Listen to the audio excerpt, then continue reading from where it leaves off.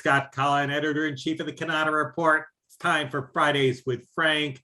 And this morning, Frank Cannata, our founder, and I are going to talk a little bit about acquisitions.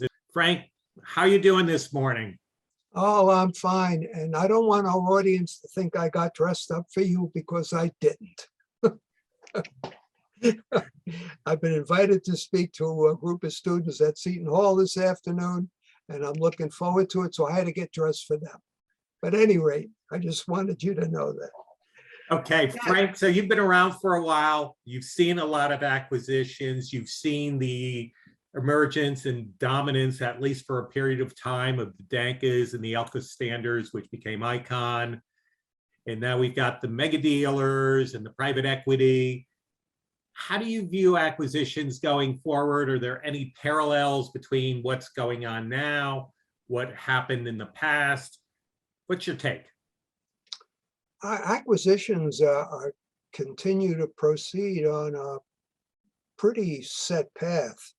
I think thanks to your efforts over the last few years of tracking acquisitions, just in our own survey, if you took a look at the last 4 or 5 surveys, roughly 17% of the independent dealers are acquiring.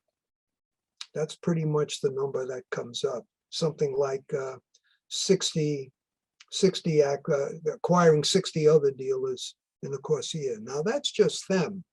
What about the groups? The Visual Edge Group and FlexPrint and UBO, and I don't know who else is out there these days. And then you have the individual private equity firms that are looking to acquire dealers, of which there are at least one. I think Gridiron is looking to do that on, just go out and acquire the dealer and perhaps start a roll-up program. So it's hard to assess what those numbers are, but it's considerable. It's not going to go away. I think many dealers are holding out in hopes that they will get the golden parachute, so to speak, and cash in and move on and enjoy the rest of their lives. For those that are staying in the business, the environment is conducive for them being more successful, because what happens is you have fewer dealers, ergo lesser number of competitors, and you have the opportunity to acquire. And what we've seen dealers do over the last few years, they acquire for different reasons. I've seen dealers acquire another dealer simply because of the geography. Wanted to open up into a certain part of his territory that he's only covering scantily, and says, we can use a branch out there. So he looks and he buys a small dealer. And that gives them the nucleus to start a location. And I've known many dealers that have done that. Another one is getting another branch, another brand. There's a particular brand the dealer would like to have, and he can't get it because he's kind of locked out because of the distribution of that so-called brand that he wants. But he acquires a dealer that has that brand, so now he has it. And then his hopes are one day he could integrate it throughout his entire operation.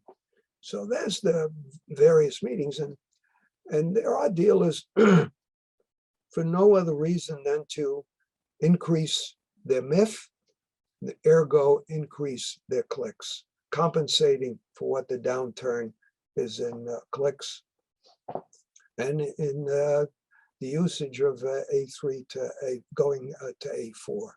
So it's that's a short-term solution. And fine, it works. I think it's good. I've known quite a few dealers that have done it, and it's worked just fine. And in fact, in looking at our most recent survey, where we had 385 independent dealers, I recognized quite a few dealers that had acquired significant MIF from Rico. I think Rico had sold MIF to 19 dealers. I think almost everyone responded on the survey. So we got a sense of what that did for them. And I can only tell our audience that none of those guys had a bad year during the pandemic.